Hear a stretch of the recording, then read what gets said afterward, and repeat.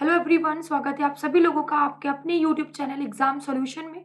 जहां मैं सारिका द्विवेदी एक बार फिर से आप सभी लोगों का बहुत बहुत स्वागत करती हूं। आज की इस क्लास में मैं आप सभी लोगों के लिए सुपर टेट का जो 2019 का ईवीएस का पेपर है वो लेकर के आई हूँ। वो आप सभी लोगों को जितने 10 क्वेश्चन आपको ईवीएस के क्वेश्चन इसमें मिलते हैं, तो वो 10 क्वेश्चन आज हम लोग इसी क्लास में सॉल्व करेंगे। आप लोग कंप्लीट वीडियो देखिएगा, बहुत ही छोटा वीडियो होगा ये, जिससे आपके कंप्लीट क्वेश्चन भी सॉल्व हो जाएंगे। तो चलिए स्टार्ट करते हैं। आज का पहला क्वेश्चन देखेंगे। भारतीय राष्ट्रीय कांग्रेस के पहले मुस्लिम अध्यक्ष कौन थे? अबुल कलाम आजाद, रफी अहमद किदवई, बदरुद्दीन तैयबजी या फिर हकीम अजमल खान। आपको बता दें कि आपका जो सुपर टेट में है ईवीएस सेक्शन पर्यावरण और सामाजिक अध्ययन के नाम से, जो कि 10 क्वेश्चन आपके इससे पूछे जाएंगे। इसमें भारतीय राष्ट्रीय कांग्रेस से एक क्वेश्चन आपको 100% मिलेगा। तो इसी का क्वेश्चन है कि पहले मुस्लिम अध्यक्ष कौन थे? तो पहले मुस्लिम अध्यक्ष थे बदरुद्दीन तैयबजी। अब बात आती है इन्होंने अध्यक्षता कब की थी? तो ये अध्यक्ष रहे थे 1887 के टाइम पर, ठीक है। 1887 में आपको बता दें कांग्रेस का तीसरा अधिवेशन चल रहा था, ठीक है। कांग्रेस का तीसरा अधिवेशन चला था 1887 में, जिसकी अध्यक्षता पहले ही मुस्लिम अध्यक्ष बदरुद्दीन तैयबजी ने किया था। ये हुआ कहाँ पर था? तो ये आपका मद्रास में हुआ था। याद रखिएगा, ये तीनों ही पॉइंट इंपॉर्टेंट है कि पहले मुस्लिम अध्यक्ष बदरुद्दीन तैयबजी हैं, जो कि कांग्रेस का तीसरा अधिवेशन था, मतलब कि इन्होंने तीसरे अधिवेशन की अध्यक्षता करी थी और ये हुआ था 1887 में, मद्रास में हुआ था।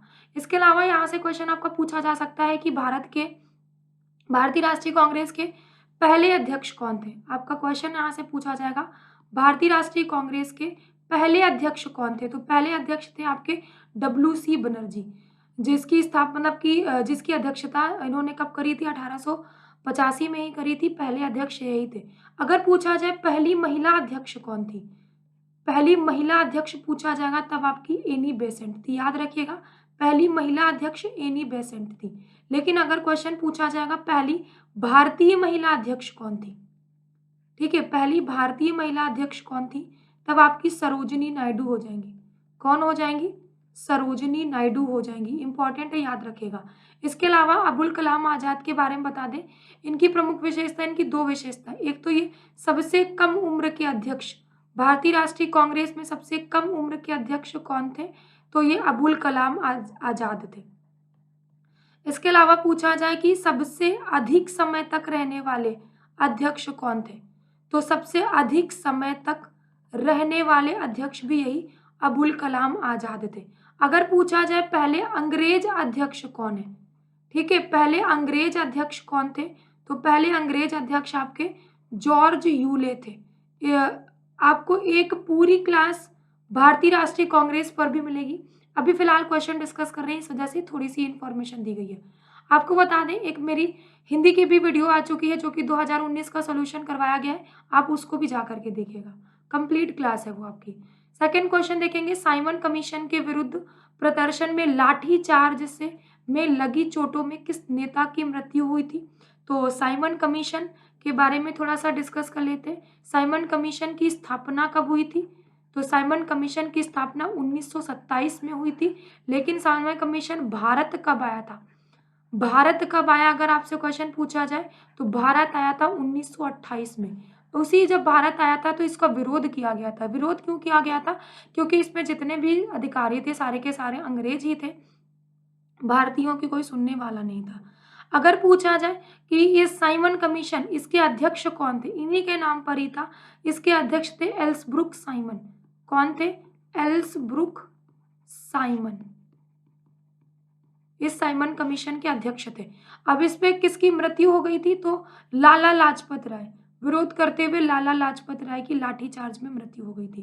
तो आपका ए वाला ऑप्शन करेक्ट है। अगले क्वेश्चन पे चलेंगे। क्वेश्चन नंबर 3 हमारा क्या कहता है? लोकसभा द्वारा पारित धन विधेयक को राज्यसभा विचार विमर्श के लिए अधिकतम कितने दिनों तक रख सकती है? लोकसभा द्वारा जो धन विधेयक पारित किया जाता है, राज्यसभा विचार विमर्श के लिए उसको 14 दिनों तक रख सकती है। बात आती है कि धन विधेयक आपका पता ही है कि लोकसभा में प्रस्तुत किया जाता है, मीन्स कि केवल लोकसभा में ही धन विधेयक को प्रस्तुत किया जाता है, बाकी इसको विचार विमर्श के लिए सभी जगह पे भेजा जाता है।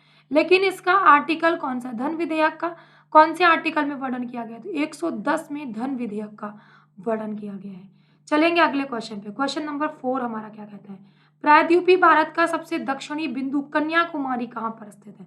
आपको पता होगा जो हमारा भारत है उसका सबसे दक्षिणी बिंदु कन्याकुमारी में स्थित है। ठीक है, अब इस कन्याकुमारी कहाँ पर स्थित है? तो कर्क रेखा के उत्तर में, मकर रेखा के दक्षिण में, भूमध्य रेखा के उत्तर में या भूमध्य रेखा के दक्षिण में। जैसे मान लीजिए ये आपका ग्लोब है, भारत कहाँ पर स्थित है? तो भारत उत्तरी पूर्वी गोलार्ध में स्थित है। ठीक है, और आपको पता है कि भारत के बीचों बीच से कर्क रेखा जाती है। साढ़े मकर रेखा आपकी ऑस्ट्रेलिया की तरफ से जाती है, तो इनका कोई संपर्क नहीं है। भूमध्य रेखा आपका ये है, मीन्स कि 66.5 डिग्री दक्षिणी गोलार्ध से आपका मकर रेखा जाता है, तो कोई मतलब नहीं है। भारत कहाँ पर स्थित है? तो ये आपकी भूमध्य रेखा दिख रही है, इसी के उत्तर में। इधर होता है आपका नॉर्थ, नीचे साउथ है, इधर वेस्ट है, इधर ईस्ट है। तो भारत आपका भूमध्य रेखा के उत्तर में स्थित है। सी वाला ऑप्शन आपका करेक्ट हो जाएगा। अगले प्रश्न की तरफ चलेंगे। क्वेश्चन नंबर 5 हमारा क्या कहता है? निम्नलिखित समुद्री धाराओं में से कौन सी अटलांटिक महासागर की धारा नहीं है? अगुलहास की धारा, लेब्राडोर की धारा, फ्लोरिडा की धारा या फिर कनारी की धारा। अटलांटिक महासागर आप सभी लोग जानते हो कि उत्तरी अमेरिका के बगल में से जो है आपका अटलांटिक महासागर पड़ता है। तो अटलांटिक महासागर की धारा कौन सी नहीं है? ये आपकी अगुलहास की धारा। क्यों? क्योंकि ये अगुलहास की धारा आपका हिंद महासागर की धारा है। ठीक है, हिंद महासागर की ये धारा है अगुलहास।